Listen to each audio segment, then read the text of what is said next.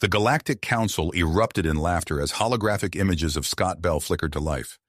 His stocky build, balding head, and prominent nose stood in stark contrast to the elegant insectoid beauty of Princess Yaris, his Nasat fiancée. "This human dares to marry our beloved princess?" A tentacled counselor wheezed, multiple eyes bulging with mirth. Princess Yaris, her iridescent carapace gleaming under the council chamber's lights, raised her antennae in defiance. "I choose Scott for his intelligence and kindness," she declared, her mandibles clicking with determination. The annual meeting of the Galactic Council had begun like any other, with representatives from various alien races gathering to discuss interstellar affairs. No one expected the bombshell announcement from Princess Yaris of the Nasat, a highly advanced species known throughout the galaxy for their grace and beauty. As the council's laughter subsided, a reptilian diplomat leaned forward, scales shimmering. "This union threatens the very fabric of our galactic social order. We cannot allow it." Murmurs of agreement rippled through the chamber.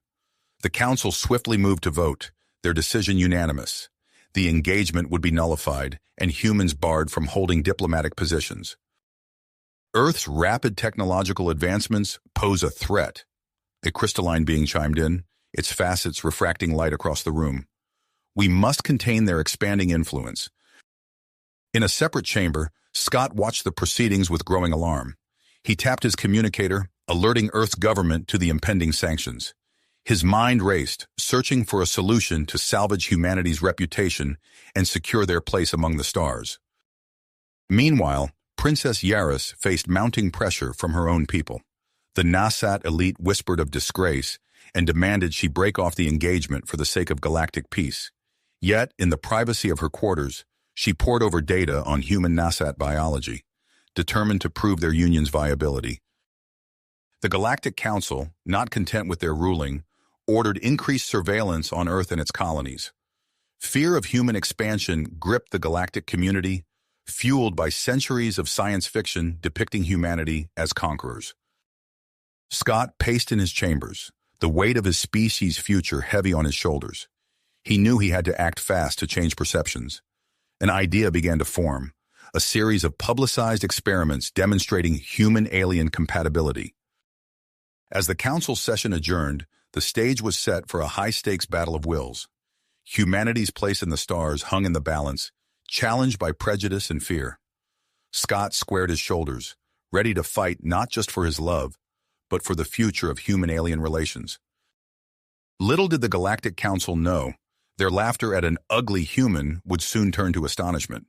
For in dismissing Scott based on his appearance, they had overlooked the very qualities that made humanity a force to be reckoned with: adaptability, determination, and an unwavering spirit in the face of adversity. Scott's fingers flew across the holographic keyboard as he initiated a secure transmission to Earth. The gravity of the situation caused great concern on him, but a spark of hope ignited in his chest. He had an idea, one that could change everything. "Dr. Ava Kennedy," he said, his voice steady despite the tension in his shoulders. "I need her on this project." Within hours, the renowned xenobiologist was en route to the Proxima Centauri system. Scott and Princess Yaris stood side by side on the observation deck of a neutral space station, watching as Dr. Kennedy's ship docked. The gas giant loomed in the background, its swirling storms a fitting metaphor for the tumultuous situation they faced. As Dr. Kennedy stepped onto the station, her eyes widened at the sight of the human Nasat couple.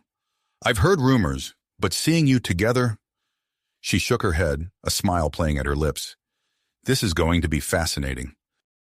The next few weeks were a whirlwind of activity. Dr. Kennedy and her team set up a state-of-the-art laboratory, filling it with equipment shipped from Earth and Nasat. The air hummed with the energy of scientific discovery and the weight of galactic scrutiny. Princess Yaris stood before a holographic display of her DNA, her antennae twitching with curiosity. "It's beautiful," she murmured, watching as the strands rotated slowly. Dr. Kennedy nodded, her eyes fixed on the screen. "And surprisingly similar to human DNA in some key areas. Look here." She pointed to a specific section, and Scott leaned in for a closer look. "What does this mean?" he asked, his brow furrowed in concentration. It means, Dr. Kennedy replied, her voice tinged with excitement, that hybridization might actually be possible. The news spread quickly, igniting a firestorm of controversy across the galaxy. On Earth, protesters gathered outside government buildings, their signs decrying what they saw as a threat to human purity. Similar scenes played out on the Nasat homeworld, where conservative factions called for Princess Yaris to step down. Amidst the chaos, a sleek ship bearing the insignia of the Galactic Council arrived at the station. Counselor Zax, a Valaxian with iridescent scales and piercing eyes, stepped out, flanked by a team of observers.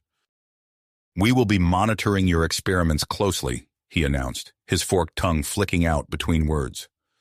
"The Council has concerns about the implications of your research." Scott felt a chill run down his spine at the counselor's tone, but he squared his shoulders and met Zax's gaze. "We welcome your observation, Counselor. We have nothing to hide." As days turned into weeks, Scott and Princess Yaris found themselves at the center of an exhaustive series of tests. They sat side by side in the lab, their hands intertwined as Dr. Kennedy took blood samples. "You're very brave," Dr. Kennedy said softly, her eyes kind as she looked at the couple. "These tests aren't easy, I know." Princess Yaris clicked her mandibles, a sound Scott had come to recognize as a sign of affection. "We do what we must," she said, her compound eyes reflecting the harsh laboratory lights. Each failure in the experiments was met with jeers from the council observers and increased skepticism from the public. But with each setback, Dr. Kennedy's team pushed harder, refining their techniques and exploring new avenues. One evening, as Scott paced in their quarters, Princess Yaris placed a delicate appendage on his arm. "Your people have achieved so much in such a short time," she said. "We will find a way." Her words seemed prophetic. Just days later, Dr. Kennedy burst into their room, her face flushed with excitement. "We did it," she gasped. "We created a viable embryo." The news sent shockwaves through the galactic community. The Galactic Council convened an emergency session, their heated debates broadcast across thousands of worlds. On the space station, Counselor Zax approached Scott and Princess Yaris, his expression unreadable. "I must admit," he said slowly, "I find myself intrigued by the possibilities your union presents." As word spread of the successful embryo creation, the station's communication array lit up with incoming transmissions. Representatives from various alien species expressed interest in similar experiments with humans. Scott looked out at the gas giant, its swirling storms now seeming less chaotic and more like a dance of cosmic possibilities. He turned to Princess Yaris, seeing in her compound eyes the reflection of a future neither of them could have imagined. The galaxy was changing, and they were at the heart of it all. The successful creation of a viable human Nasat embryo marked a turning point in galactic history. Dr. Kennedy's lab, once a quiet sanctuary of scientific pursuit, now buzzed with activity as the team prepared for the next crucial phase. Scott and Princess Yaris stood before the artificial womb, a cylindrical chamber filled with a pale blue nutrient-rich fluid. Within it, barely visible to the naked eye, floated the future of their species. "It's beautiful," Scott whispered, his hand resting on the transparent surface. Princess Yaris clicked her mandibles in agreement. So small, yet so significant. Dr. Kennedy approached, her lab coat swishing as she moved. "We've successfully transferred the embryo. Now we monitor and adjust constantly to ensure optimal conditions." The lab quickly became the focal point of the entire station. Alien diplomats and scientists from across the galaxy arrived in droves, eager to witness the groundbreaking experiment firsthand. Among the new arrivals was Ambassador Krell of the Zorn Empire, his silver skin reflecting the lab's harsh lighting. He stood before the artificial womb, multiple eyes blinking in rapid succession. "Fascinating," Krell intoned, voice resonating with a metallic timbre. "We Zorns have long speculated about cross-species compatibility. Perhaps it's time we explored similar avenues with humans." Scott's eyes widened at the implications. "Ambassador, are you proposing—" "Indeed, Mr. Bell," Krell interrupted. "I believe this project opens doors for all species. The Zorn Empire wishes to initiate our own compatibility studies with humans." As word spread of the Zorn's interest, the station transformed into a hub of interstellar diplomacy. Species that had long kept humans at arm's length now sought audiences, their curiosity piqued by the possibilities of hybridization. However, not all reactions were positive. On Earth, protests erupted outside government buildings and research facilities. News feeds displayed crowds holding signs with slogans like, "Keep humanity pure" and "No to alien DNA." Dr. James Hartley, a prominent human geneticist, became the face of opposition. His stern visage filled screens across Earth as he addressed the public. "This experiment is an affront to nature," Hartley declared, his voice resonating with conviction. "We risk contaminating the human genome, eroding the very essence of what makes us human. I urge all citizens to demand an immediate halt to these reckless experiments." Back on the station, Princess Yaris faced her own challenges. Her brother, Prince Zaxalor, arrived unannounced, his carapace adorned with the royal insignia of the Nasat. "Sister," he chittered, mandibles clacking with disapproval, "you've gone too far. The royal court demands you make a choice. Renounce your claim to the throne, or we withdraw all support for this experiment." Yaris's antenna drooped momentarily before she straightened, compound eyes flashing with defiance. "I will not be bullied, brother. My work here is too important." As political pressures mounted, Scott took action. He embarked on a whirlwind tour of key Galactic Council members, presenting data on the potential benefits of human-alien hybridization. In a meeting with the Valaxian representative, Scott leaned forward, his voice earnest. "Imagine the possibilities: enhanced trade routes, unprecedented cultural exchanges, even mutual defense pacts.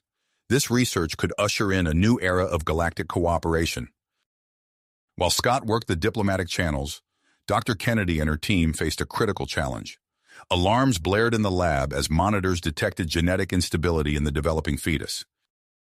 "We're losing cohesion in the telomeric regions," a young researcher called out, fingers flying over holographic controls. Dr. Kennedy's face set in fierce dedication. "Increase chromatin stabilizers. We need to explore every genetic modification technique at our disposal." The setback reignited debates across the galaxy. Critics pointed to the instability as proof of the experiment's folly, while supporters argued for patience and continued research. Counselor Zax, now fully invested in the project's success, took swift action. He reached out to Dr. Lyra, a Valaxian geneticist renowned for her work in xenobiology. Dr. Lyra arrived at the station, her serpentine body coiling as she examined the data. "Fascinating," she hissed. "Your approach is sound, but perhaps we can introduce some Valaxian techniques to stabilize the genome." Her arrival brought new hope, but also tension. Some human team members bristled at the alien scientist's prominent role, feeling their own contributions diminished. As work continued, a new threat emerged from the shadows of the galaxy. Captain Vex, leader of a notorious band of biotech pirates, set his sights on the valuable research. In the dim light of his ship's bridge, Vex's cybernetic eye glowed red as he addressed his crew.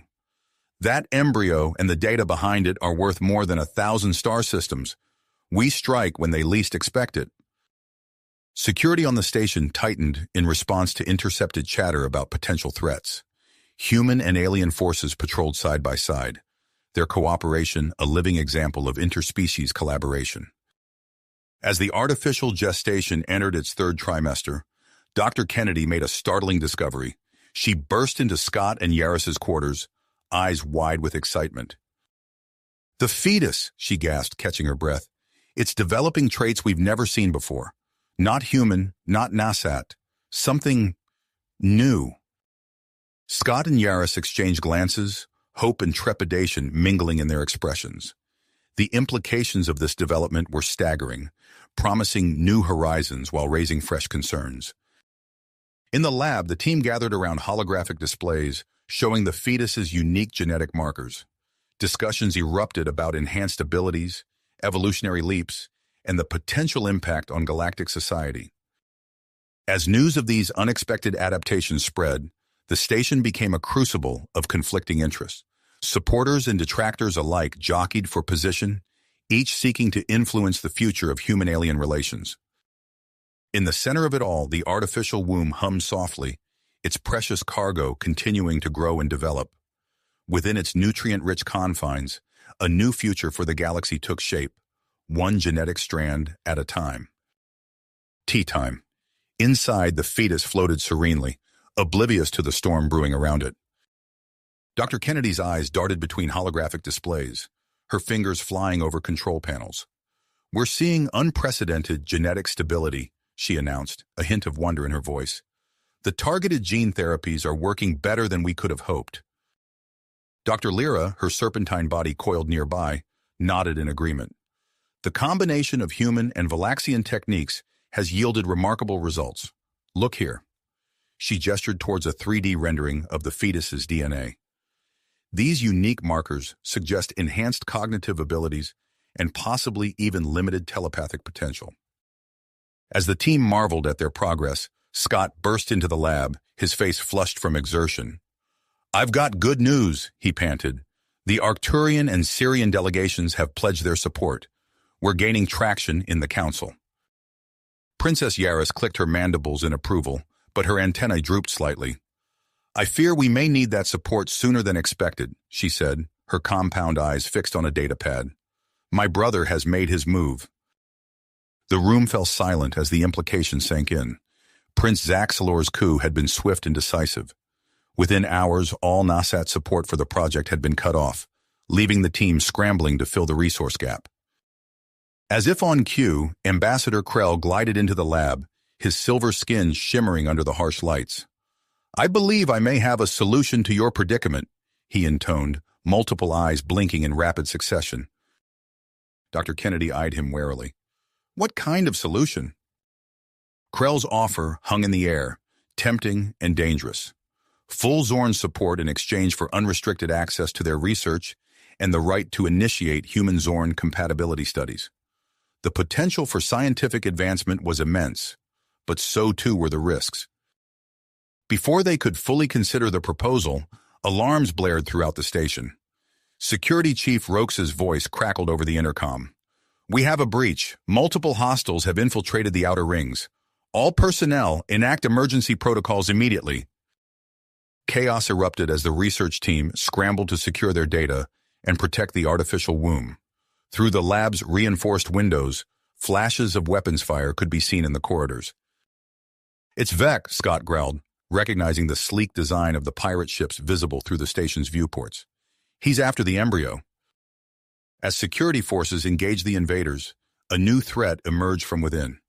Dr. James Hartley, who had been quietly observing from a corner of the lab, suddenly lunged towards the artificial womb's control panel. "I can't let this abomination continue," he shouted, fingers frantically working to disrupt the life support systems. Dr. Kennedy reacted instantly, tackling Hartley to the ground. They grappled on the floor, the fate of years of research hanging in the balance. "Scott!" Kennedy called out. "The emergency extraction protocol. We have to do it now." Scott hesitated for a split second, the weight of the decision crushing down on him. Then, with a determined nod, he initiated the sequence. Warning lights flashed as the artificial womb began its accelerated final phase.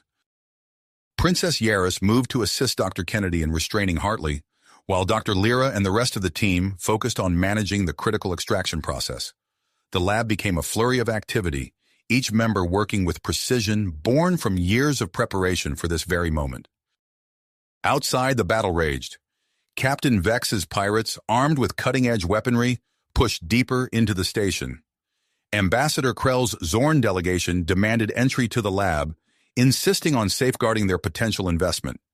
And in the midst of it all, a squad of Nasat loyalists fought to reach Princess Yaris, determined to remove her from the station on her brother's orders. Inside the lab, the extraction entered its final, most delicate stage. Dr. Kennedy, her face bruised from the scuffle with Hartley, monitored the fetus's vital signs with unwavering focus.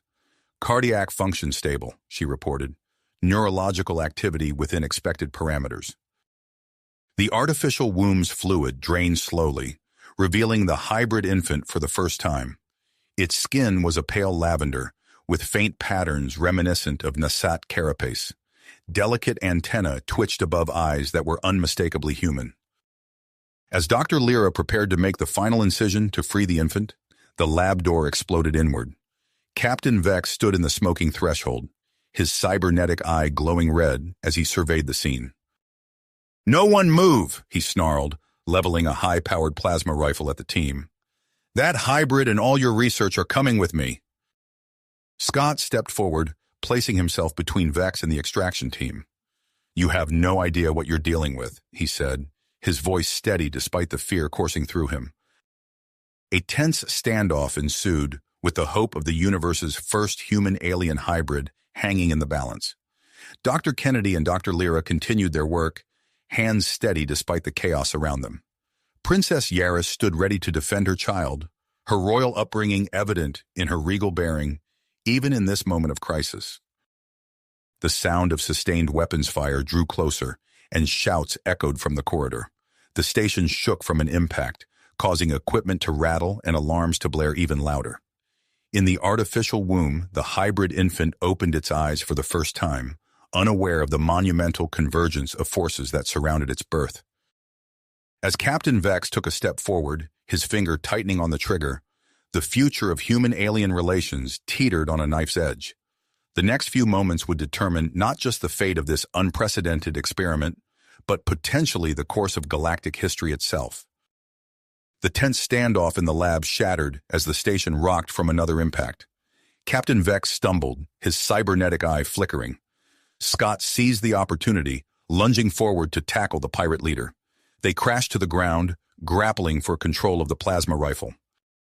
In that chaotic moment, Dr. Kennedy made her decision. "Now!" she shouted to Dr. Lyra. The Valaxian geneticist's serpentine body moved with fluid precision, making the final incision to free the hybrid infant from the artificial womb. Alarms blared as the extraction protocol reached its climax. The lab's atmospheric controls whirred to life, adjusting temperature and humidity to optimal levels for the newborn. Dr. Kennedy's hands, steady despite the pandemonium, carefully lifted the infant from the nutrient-rich fluid. The hybrid's first cry pierced the air, a sound unlike anything heard before, a blend of human wail and nasat clicking. Its lavender skin glistened under the harsh lab lights, delicate antennae twitching above unmistakably human eyes that blinked rapidly, taking in the world for the first time. "Male," Dr. Kennedy announced, her voice filled with a mix of awe and urgent professionalism. "Vitals unstable. We need to move him to the neonatal unit immediately." Princess Yaris stepped forward, her compound eyes fixed on the child. "My son," she chittered softly, reaching out a clawed appendage. "Your Highness, we must act quickly," Dr. Lyra hissed, already preparing a mobile incubator. The extraction was premature. Every second counts. As the medical team rushed into action, the battle outside the lab intensified. Security Chief Rox's voice crackled over the intercom. "All personnel, we've engaged the hostile forces. Stand by for—" His words cut off abruptly, replaced by the sound of weapons fire. Scott, still wrestling with Vex on the floor, managed to gain the upper hand. He slammed the pirate's cybernetic eye against the hard surface, causing it to spark and malfunction. Vex howled in pain and confusion, his movements becoming erratic. "Go!" Scott yelled to the medical team. "Get the child to safety. I'll hold him off."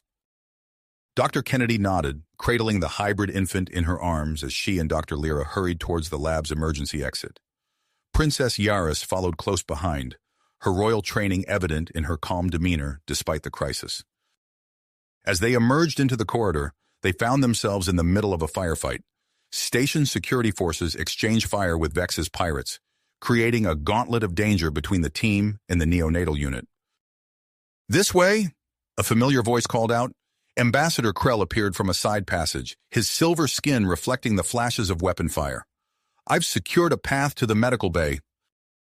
Dr. Kennedy hesitated for a split second, weighing the risks of trusting the Zorn ambassador.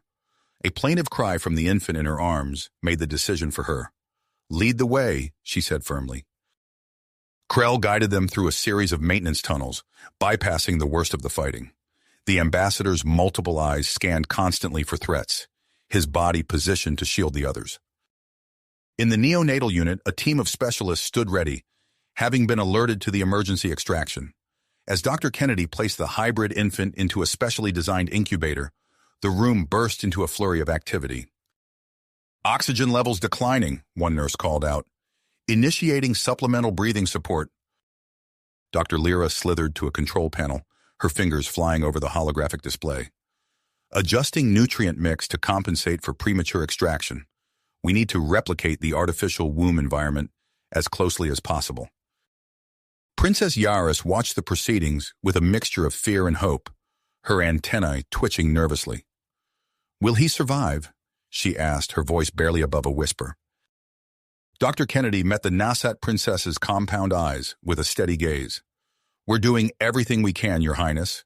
Your son is the first of his kind. His will to live is as unique as he is." As if in response to her words, the hybrid's vital signs began to stabilize. His tiny chest rose and fell with more regularity, and the frantic beeping of the monitors slowed to a steady rhythm. Outside the medical bay, the sounds of battle began to fade. Scott's voice came over the intercom, breathless but triumphant. "We've repelled the pirates. Vex is in custody. The station is secure."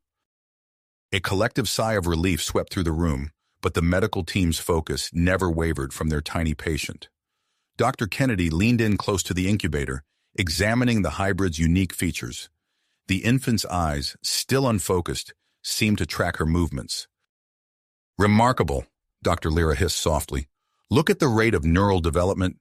It's far beyond what we anticipated."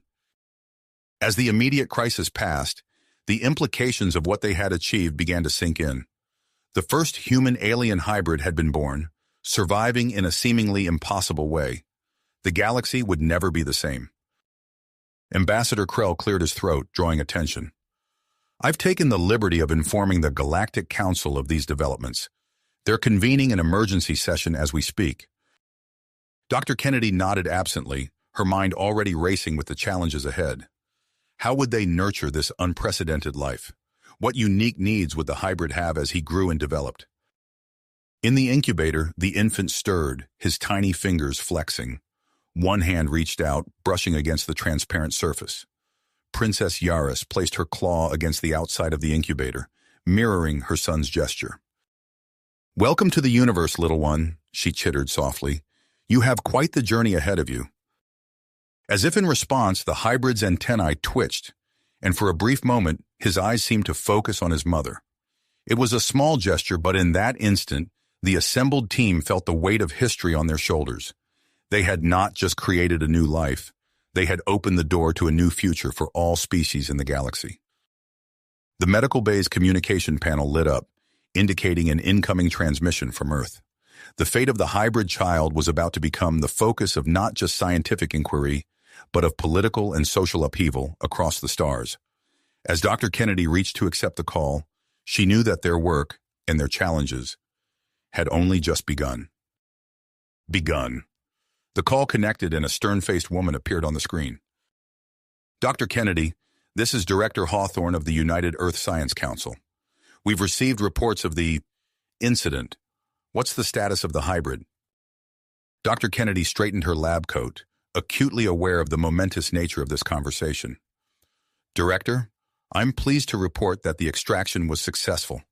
The hybrid child is stable and responding well to treatment." As she spoke, Dr. Kennedy's eyes darted to the incubator, where Alexis, as they had decided to name the child, lay peacefully. The name, chosen for its gender-neutral quality, seemed fitting for a being that bridged two species. "Excellent," Director Hawthorne nodded.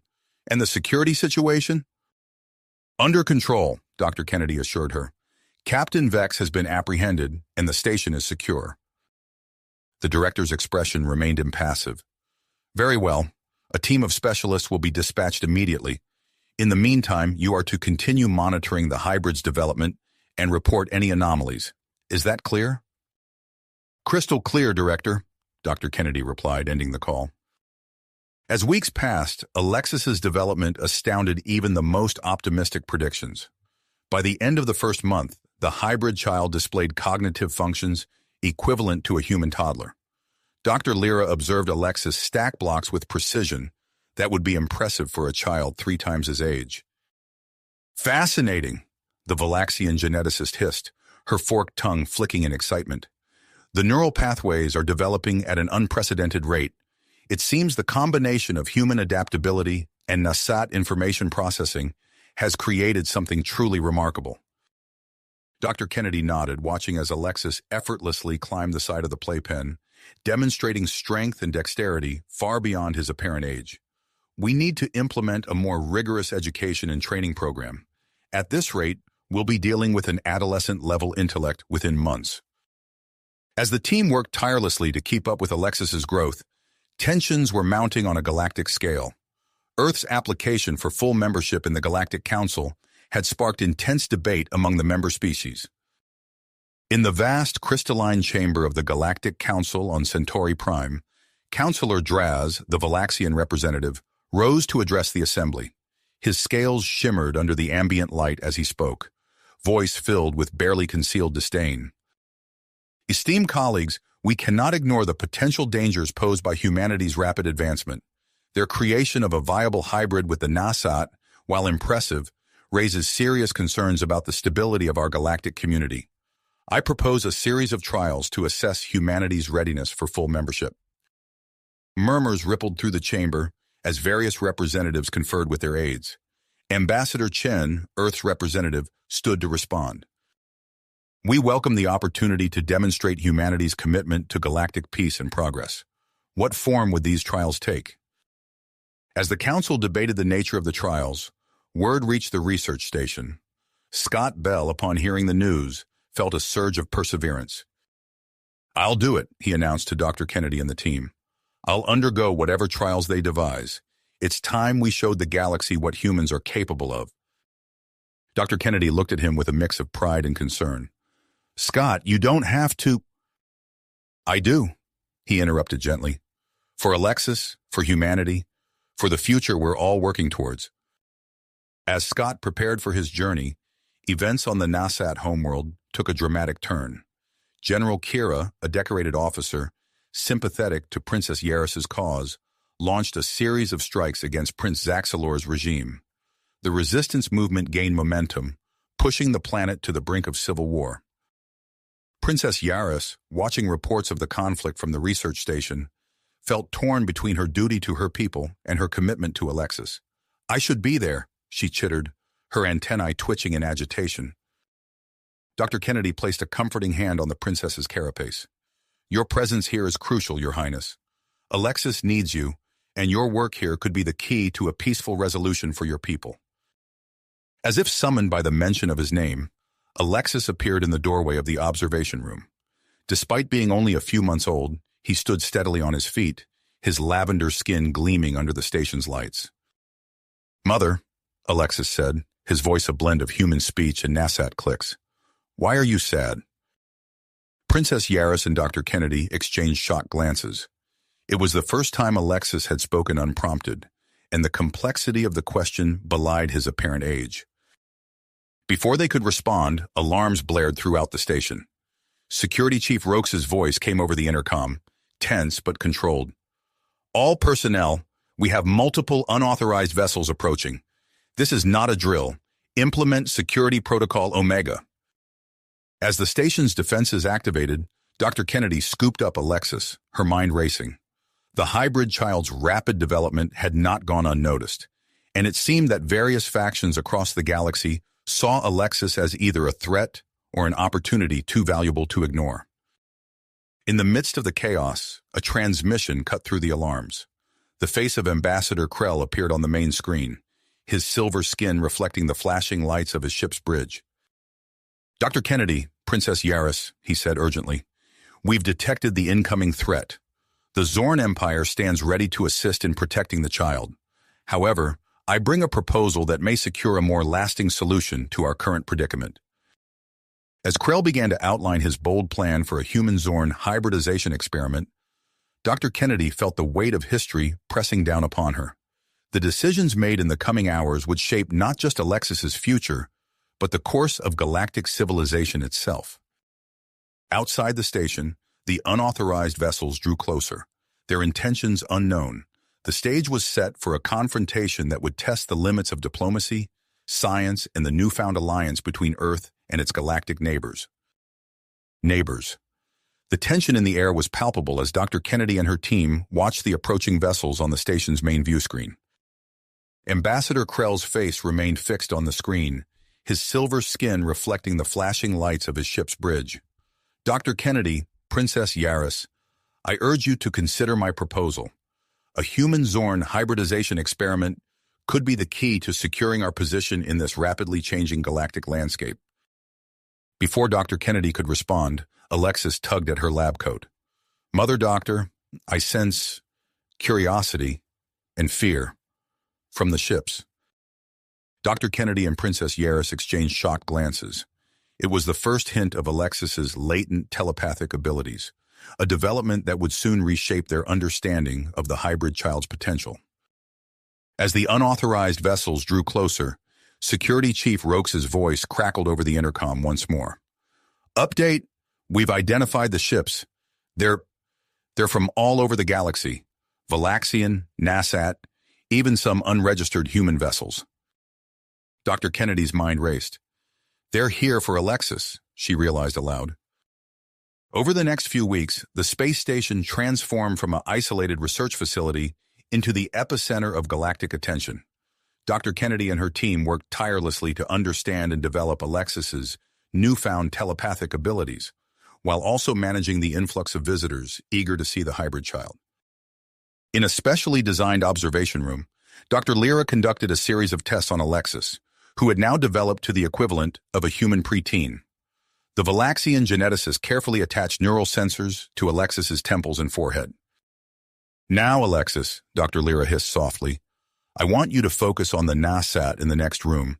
Tell me what you sense. Alexis closed his eyes, his antennae twitching slightly. After a moment, he spoke, his voice a blend of human speech and Nasat clicks. He's excited, nervous. He's thinking about the resistance on the Nasat homeworld. He hopes I can help bring peace. Dr. Kennedy, watching from behind a one-way mirror, felt a surge of awe. Alexis wasn't just sensing emotions. He was reading complex thoughts. As news of Alexis's abilities spread, the political landscape shifted dramatically. The Galactic Council, already in upheaval over Earth's bid for full membership, now faced increasing pressure to address the issue of human-alien hybridization.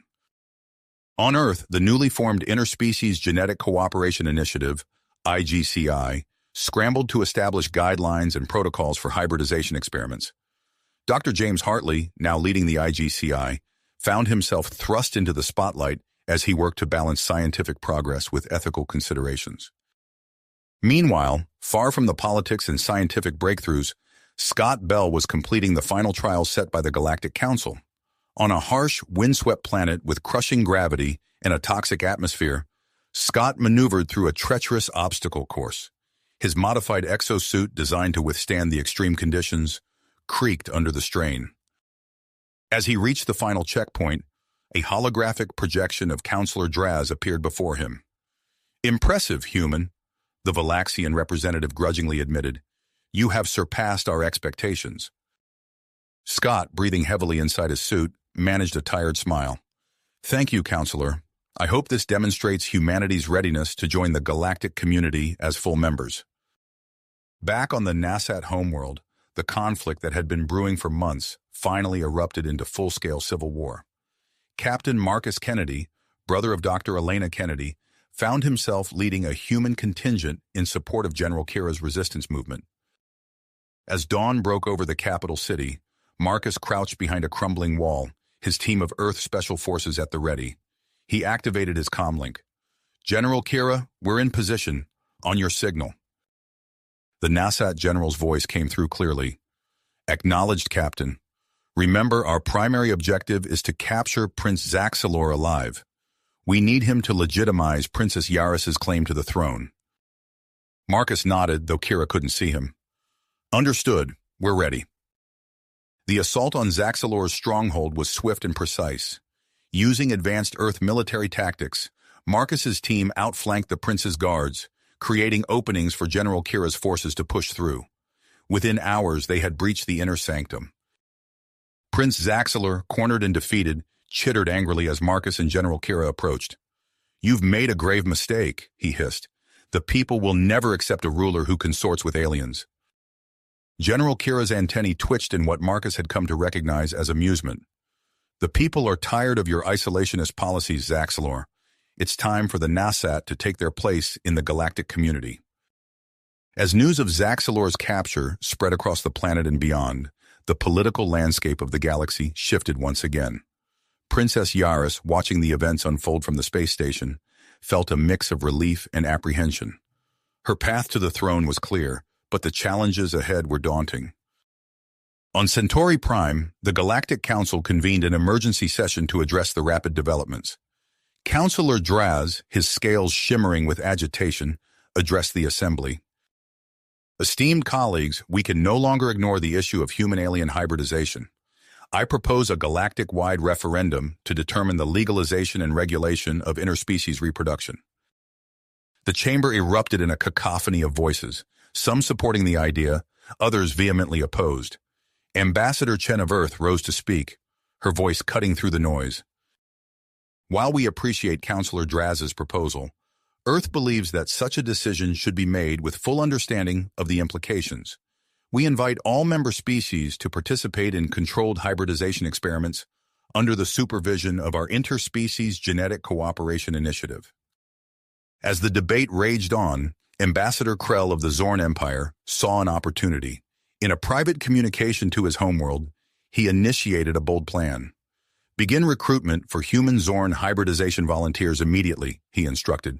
We must not fall behind in this new frontier. Across the galaxy, beings of all species watched and waited as events unfolded.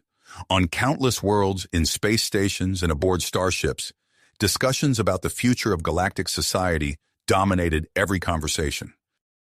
And at the center of it all, on a space station that had become a symbol of both progress and controversy, a young hybrid child named Alexis continued to grow and develop, unaware of the pivotal role he would play in shaping the future of the galaxy. As the first delegates for the Galactic Summit began to arrive at the station, Dr. Kennedy stood at a viewport, watching the approaching ships. Alexis joined her, his hand resting gently on the transparent aluminum. They're afraid, Alexis said softly, his unique eyes scanning the stars. But they're also hopeful. I can feel it. Dr. Kennedy placed a hand on Alexis's shoulder, marveling at how quickly he had grown. Change is always frightening, she said. But it's also an opportunity. What happens next will depend on all of us. As more ships appeared in the distance, their running lights glinting against the backdrop of space, the stage was set for a historic gathering that would determine the course of galactic history and the future of human-alien relations. As the first delegates began to arrive at the space station, the atmosphere shifted from anticipation to palpable tension. Dr. Kennedy watched from the viewport as ships of various designs and sizes approached, each bearing representatives from across the galaxy. Alexis stood beside her, his unique eyes scanning the stars. They're afraid, Alexis said softly, his hand resting gently on the transparent aluminum. But they're also hopeful. I can feel it. Dr. Kennedy placed a hand on Alexis's shoulder, marveling at how quickly he had grown. Change is always frightening, she said, but it's also an opportunity. What happens next will depend on all of us. The docking bays bustled with activity as delegates disembarked, filling the station's corridors with a cacophony of languages and the rustle of diverse anatomies. Security Chief Rokes coordinated her team, ensuring smooth processing of the arrivals while remaining vigilant for any potential threats. In the main conference hall, Scott Bell stood at the podium, reviewing his notes one last time. As the leader of Earth's delegation, he felt the weight of humanity's future resting on his shoulders. The chamber slowly filled with representatives from countless worlds, their varied forms a testament to the diversity of life in the galaxy. Ambassador Chen approached Scott, her expression a mix of commitment and concern. "Are you ready for this?" she asked quietly. Scott nodded, his fist tight. "As ready as I'll ever be. Let's make history." As the final delegates took their seats, a hush fell over the assembly. Councillor Draz, the Valaxian representative, stepped forward to officially open the summit. His scales shimmered under the chamber's lights as he addressed the gathering. "Esteemed colleagues, We convene today to address matters that will shape the future of our galactic community. The questions of human integration and interspecies hybridization stand before us, demanding resolution. As Draz continued his opening remarks, a commotion erupted near the chamber's entrance. Security personnel rushed forward, surrounding a group of individuals who had burst into the room. Their faces were hidden behind masks, and they carried canisters of an unknown substance. "For the purity of all species," one of the intruders shouted, activating the canister. A fine mist began to spread through the air. Chaos erupted as delegates scrambled to escape the unknown threat. Security Chief Rokes' voice cut through the pandemonium over the station's comm system. "Attention all personnel and delegates. A potential biological agent has been detected. Emergency containment protocols are now in effect. Please remain calm and follow security instructions." Dr. Kennedy, alerted to the situation, raced to her lab. Her mind whirled with possibilities as she assembled her team. "We need to identify this agent and develop a countermeasure immediately," she ordered, her voice steady despite the urgency of the situation. As the science team worked feverishly, Alexis remained in the observation room, his face contorted in concentration. Suddenly, he gasped, his eyes widening. "I can feel them," he whispered. "All of them. Their fear, their anger, their hope." Without warning, a wave of psychic energy pulsed through the station. In the conference chamber, delegates froze as an unprecedented sensation washed over them. Valaxian Counselor Draz found himself experiencing the perspective of a Zorn diplomat, feeling the weight of centuries of conflict and the desire for a new beginning. A human representative suddenly understood the complex social structures of the Nasat with perfect clarity. For a brief, intense moment, the gathered species shared a profound connection, transcending language and cultural barriers. As the effects subsided, the chamber fell into a stunned silence. Ambassador Krell of the Zorn Empire was the first to speak. I felt your thoughts, your emotions," he said, addressing the assembly. "We are not so different after all." The shared experience dramatically shifted the tone of the summit. Delegates who had arrived with entrenched positions found themselves reconsidering their stances on hybridization and human integration. As discussions resumed with a new spirit of understanding, Captain Marcus Kennedy arrived at the station. Fresh from his success on the Nasat homeworld, he brought crucial intelligence to the summit. The attack was orchestrated by a group calling themselves the Purity Preservation Front, Marcus reported to the assembly. But they're not working alone. We've uncovered evidence linking them to a coalition of corporations from various species. These companies stand to lose significant profits if hybridization and increased cooperation become the norm. The revelation sent shockwaves through the gathering. Many delegates realized that their opposition to hybridization had been influenced by economic propaganda rather than genuine concern for their species' well-being. Seizing the moment, Ambassador Krell stepped forward. "In light of these revelations, I believe it is time to share the preliminary results of the human-Zorn mating experiments," he announced. "Our data shows promising genetic compatibility between our species, with several successful fertilizations achieved in laboratory conditions." The chamber erupted in excited discussion. Dr. James Hartley, representing the newly formed Interspecies Genetic Cooperation Initiative, saw an opportunity. He presented a comprehensive framework for regulating and monitoring hybridization experiments across the galaxy, including strict ethical guidelines and safety protocols. As the summit progressed, Dr. Kennedy's team made a breakthrough in developing an antidote to the PPF's engineered virus. Working in collaboration with scientists from multiple species, they successfully created a cure, demonstrating the power of interspecies cooperation. With the immediate crisis averted, attention turned back to the crucial votes that would determine the future of human-alien relations. The Galactic Council prepared to vote on Earth's full membership status, the adoption of the IGCI's hybridization regulation framework, and the expansion of controlled human-alien mating experiments. As delegates cast their votes, Scott Bell stood at the podium once more, his heart racing. The outcome of these votes would set the course for a new era of galactic cooperation or conflict. The fate of humanity's place in the galactic community hung in the balance, and the tension in the chamber was palpable as the results began to trickle in. As the final votes were being tallied, a sudden alarm blared through the station's communication systems. Security Chief Rokes's voice cut through the din. "Attention all personnel and delegates. Multiple unidentified vessels approaching at high velocity. This is not a drill. Prepare for potential defensive measures." The chamber erupted into chaos as delegates scrambled to understand the situation. Scott Bell, his heart pounding, locked eyes with Ambassador Chen across the room. They both knew that this unexpected development could derail everything they had worked for. Captain Marcus Kennedy, who had just arrived at the station, immediately took charge of the defense coordination. He rushed to the command center, barking orders into his communicator. "I want full sensor sweeps and tactical analysis of those ships. Now!" As the station's defense systems hummed to life, the incoming fleet suddenly dropped out of faster-than-light travel, their sleek, otherworldly designs unlike anything the gathered species had ever seen. The vessels seemed to shimmer and shift, as if they were only partially present in this dimension. "Sir," a junior officer reported to Marcus, "we're receiving a transmission from the lead ship.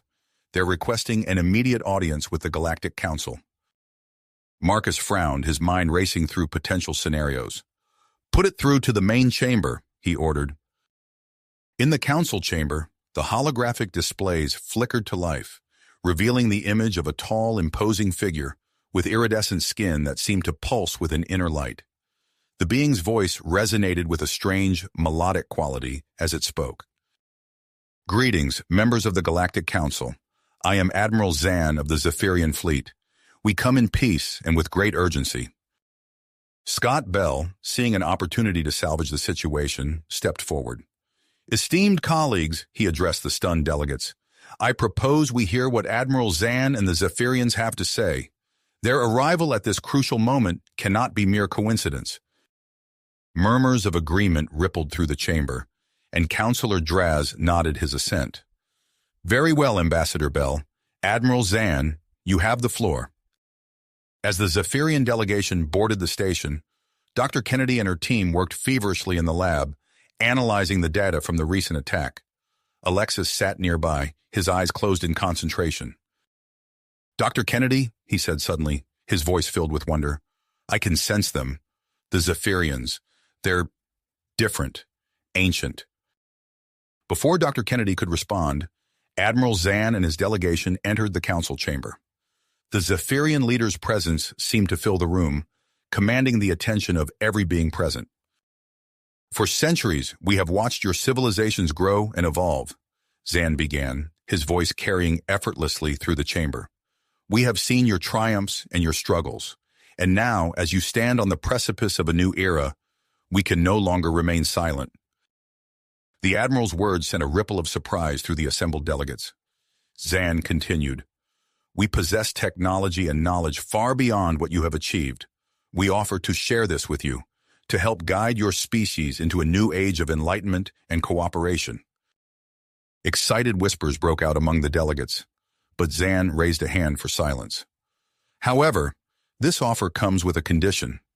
You must fully embrace the path of hybridization and interspecies collaboration that you have begun to explore." The chamber erupted into heated debate. Ambassador Krell of the Zorn Empire stood, his voice cutting through the noise. "And why should we trust you? Why reveal yourselves now?" Zan's iridescent skin pulsed with what might have been amusement. "Because, Ambassador, the experiments you have already conducted have attracted the attention of forces far less benevolent than ourselves. You stand at a crossroads, and the path you choose will determine the fate of all your species." As the implications of Zan's words sank in, alarms blared once again. Captain Marcus Kennedy's voice came over the comm system, tension evident in his tone.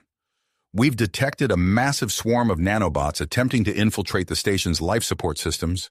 It's the PPF. They're making their move."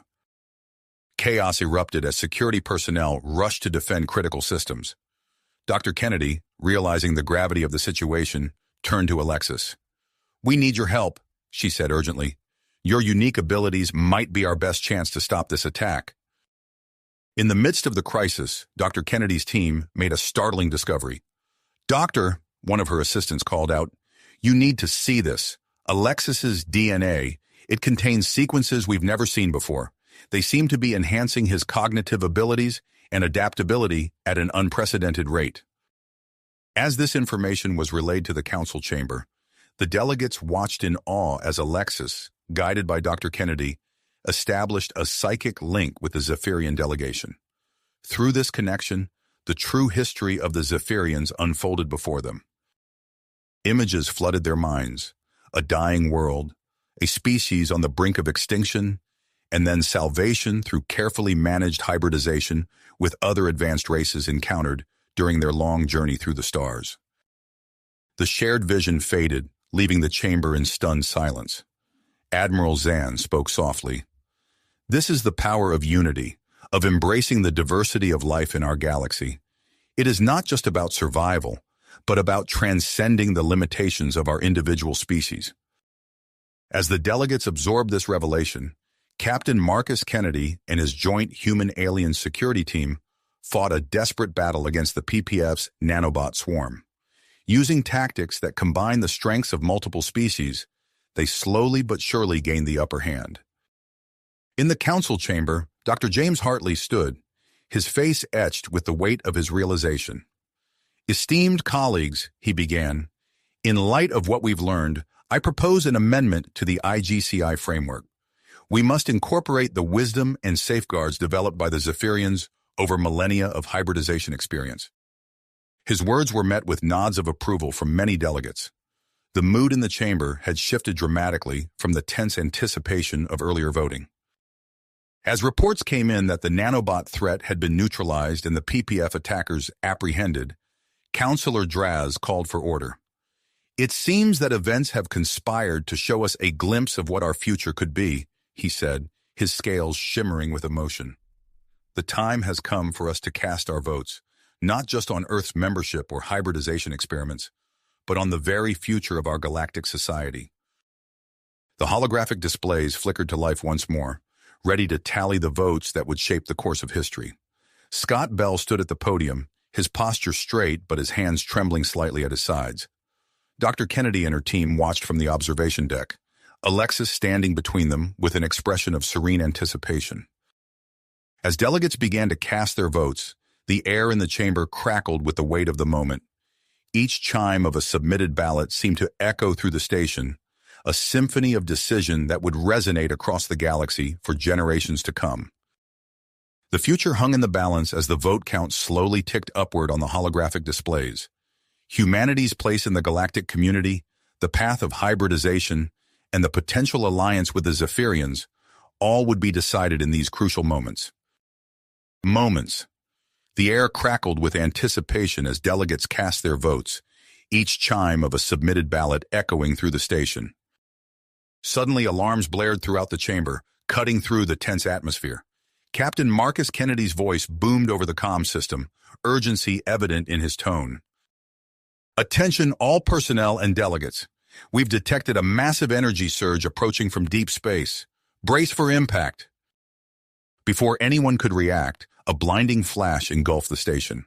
Holographic displays flickered and died, plunging the chamber into darkness. Delegates stumbled, disoriented by the sudden loss of artificial gravity. As quickly as it had vanished, power returned to the station. Emergency lights bathed the chamber in an eerie red glow. Delegates blinked, adjusting to the dim illumination. A collective gasp rippled through the assembly as they beheld an extraordinary sight. Hovering at the center of the chamber was a being of pure energy, its form shimmering and pulsing with an otherworldly light.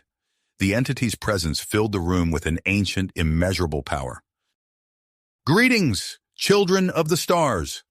The being's voice resonated in their minds, bypassing the need for spoken language.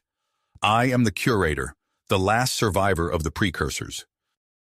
Scott Bell stepped forward, his voice barely above a whisper. "Precursors?" The curator's form flickered, projecting images of a long-lost civilization. "We once ruled this galaxy, but our own success led to our downfall. Genetic stagnation threatened our existence." The being's gaze swept across the chamber, taking in the diverse array of species.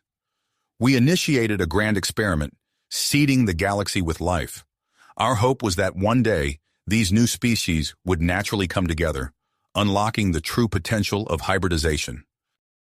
As the curator spoke, Alexis felt an irresistible pull. The hybrid child approached the energy being, drawn by an inexplicable connection. Their minds touched, and Alexis's body began to glow with an ethereal light. Dr. Kennedy watched in awe as her adopted son's eyes widened, processing an influx of information. "Alexis," she called out, concern evident in her voice. The curator's energy pulsed. By creating this child, humanity and the Nasat have unknowingly completed the final stage of our experiment. Alexis now serves as a conduit for the collected knowledge and experiences of countless civilizations. The assembled delegates murmured in astonishment. Ambassador Chen stepped forward, her voice trembling with emotion. "What does this mean for us? For the galaxy?" The curator's form expanded, filling the chamber with warmth. "It means, dear Ambassador, that you are ready for the next phase of evolution, a harmonious blend of all sentient species." As the implications of the curator's words sank in, the mood in the chamber shifted. The earlier tension melted away, replaced by a sense of wonder and possibility. Councillor Draz, his scales shimmering with emotion, raised his voice. "Esteemed colleagues, in light of these extraordinary revelations, I propose we conclude our voting immediately." One by one, delegates voiced their agreement. Earth was granted full membership to the Galactic Council by unanimous decision. The IGCI's revised framework for hybridization, incorporating the wisdom of both the Zephyrians and the precursors, was adopted with overwhelming support. Admiral Zan of the Zephyrian fleet stepped forward, bowing deeply to the assembly. "On behalf of my people, I thank you for your trust. We pledge our full support and resources to this new era of cooperation." As the formalities concluded, Scott Bell found himself standing next to Princess Yaris. Their eyes met, conveying a depth of emotion that transcended words. In that moment, they both knew that their relationship had become something far greater than a personal bond. It was now a symbol of hope for the entire galaxy. Dr. Kennedy approached Alexis, who still glowed faintly with residual energy from the curator. "How do you feel?" she asked, placing a gentle hand on his shoulder. Alexis turned to her, his eyes reflecting the wisdom of ages. "I feel complete, Mother, and ready to help guide us all into this new future." The curator's form began to fade, its mission finally complete. "Remember," its voice echoed one last time, "the strength of the galaxy lies not in the purity of its individual species, but in the beautiful tapestry they weave together."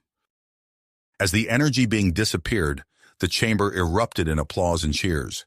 Delegates from various species embraced, their differences no longer a source of division, but a cause for celebration.